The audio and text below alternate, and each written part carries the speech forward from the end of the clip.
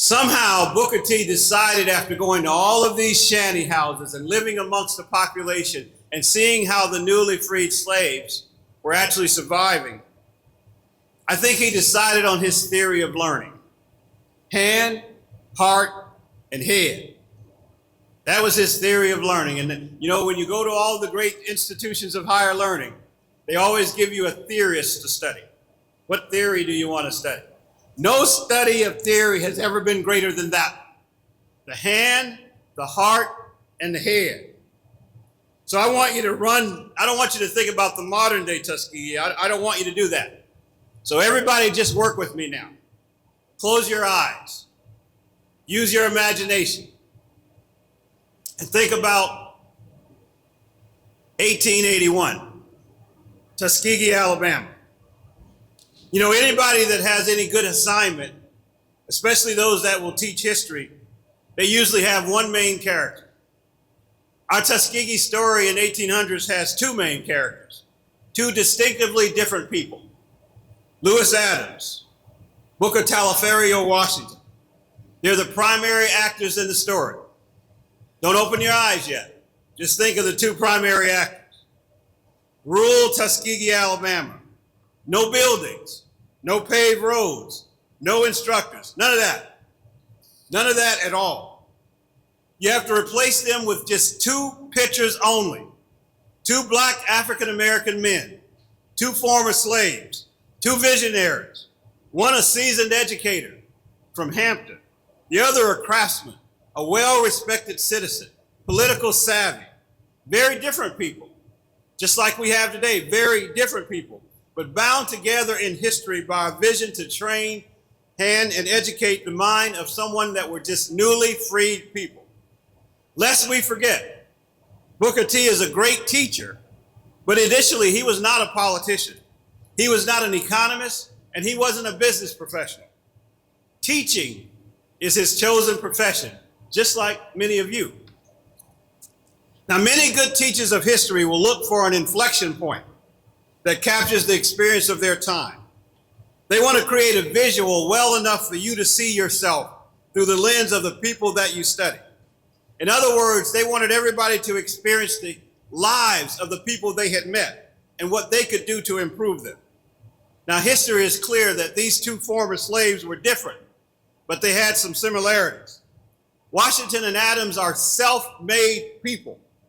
Washington is self-made maybe out of academic intellect and his desire for academic learning. But Adams was a shrewd politician, savvy in the business of Alabama. Whatever the new principal lacked in experience or business, he could receive from his mentor Adams. It took their collective talents to change what I would call the world in the 1800s. But they had all of these challenges, some of which you all may talk through this today and tomorrow. They had racism, it's true. Not everyone wanted them to succeed. They had some land from the state. Think about your land grant status. They had some land from the state, but they didn't even have a steady supply of teachers. And we should be clear about this point. They needed money, just like some of you all believe we need today. They needed money and relationships. They needed capital and investments. They needed the support of private industry. Now, I've got to ask this distinguished gathering as you open your eyes, does this all sound familiar to you? It's not the 1800s, but does all of those challenges, do they sound familiar to you? But the greatest of their challenges was how they would secure all that, how they would work together. How would they face these? How would they communicate their strategy and their needs to the world? Now, it just so happens, as they got started, or perhaps it was divine intervention, you decide, but we know that an unlikely invitation later on would hit the desk of Principal Washington, and it would provide him with an assignment and an answer that would change the world. An assignment so profound that you all come together even a century later to still talk about it and discuss it. You see, he got a letter that he wasn't expecting. It was an invitation that he didn't expect to receive. Can you imagine what that invitation must have said? It was a risky invitation, by the way, for a man of color in the 1800s. Because if he had answered it the wrong way, It could have been his public hanging. That was very possible in the 1800s. I want to read to you what that invitation said from the Tuskegee archives. Dear President Washington, your presence is requested as the keynote speaker at the Cotton States and International Exposition in Atlanta, Georgia. The date is September 18th, 1895. The venue is what we today call Piedmont Park. The purpose of the event was international sales, economics. Your hosts, the Southern states. These Southern states wanted to trade their goods like cotton to South American nations, and they wanted to exhibit the resources of the Southern region to the world. Now, this was a huge deal in the latter part of the 1800s. International business was needed to save the economy of the South, and who did they call to speak to the world? Who did they call to represent the best of the United States? They called a former slave. They called a teacher. They called a principal. They called our first president and co-founder, and the man from whom your summit is named. They wrote to Booker T. Washington to come to Atlanta and speak on behalf of the entire United States. Think about that for a moment. There's a good reason why we call it the Booker T. Washington Economic Summit. There's a good reason why we sometimes stick our chest out and say we're the sons and daughters of Booker T. He's a proud father, isn't he, to have driven what you all have gathered today. But why invite Booker T? With some further inspection, we learned that not everyone agreed with him getting that invite. Not everyone wanted to take the risk, including maybe Booker T himself.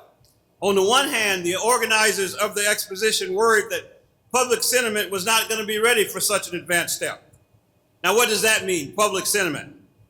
Can we listen to this man of color preach to us when we know he was born a slave? Think about what that meant to Booker T. I could only imagine what our president must have thought. Wait a minute. What will happen to me if I take this invitation? What will happen to my school and the resources we need to do if I don't take this invitation? Is it even addressed to the correct person? It's a gathering of the cotton states, of whom benefited greatly from slavery and cotton crops. I was born a slave, and now I'm free. Do the former slave owners want to hear from me? And exactly what will I tell them? Now, the questions and doubts are not well documented in history. We're speculating a little bit on what he must have thought. But here's what we know for sure. Our first principal decided to seize the day. He would use the platform not to beg or present a needy cause, because that wasn't what Booker T did best. He wanted to talk about what? Economics. He thought, if I can talk to them about economics, then everybody can agree, because everyone wants to be economically better off. In fact, maybe that's why they invited me. The school teacher was rapidly becoming the politician, the statesman, and the businessman. And he also knew that he had a chance on that stage to change the world. And so what he said then speaks to us today. He told them in Atlanta that the world needs Tuskegee, and Tuskegee needs the world. Our first instruction was to provide instructions to all of them that are relevant today. And you remember, because it's been well documented, what he said. He said, cast down your bucket where you are. The same message that I think we should have for the Booker T. Washington Economic Summit. Cast down your bucket where you are. Now, this seemingly simplistic message would be in modern times called a business case. What is the return on investment if you are bold enough to educate our people? The first point in the business case is that the Negro cannot be ignored. And I would argue that the black belt of the South cannot be ignored. President Washington would state that 1/3 of the population of the South is of the Negro race. Today, that number is 1.6 million people of color in the black rural South. No nation or world can expect success while ignoring the talent of 33% of its population. President Washington would support his point further with an analogy of 16 million hands that you can aid in pulling the load upward, or left uneducated, the same 16 million can pull the load downward. The world would have it one way or the other. The Negro could amount to 1/3 of the ignorance and crime in the South, or 1/3 of its intelligence and its progress. It seems now in modern day that President Washington was prophetic, and it also seems that the world to some degree must have listened. Indeed, today, some 100 plus years later, Tuskegee has educated the Negro just as President Washington envisioned, and the results are profound.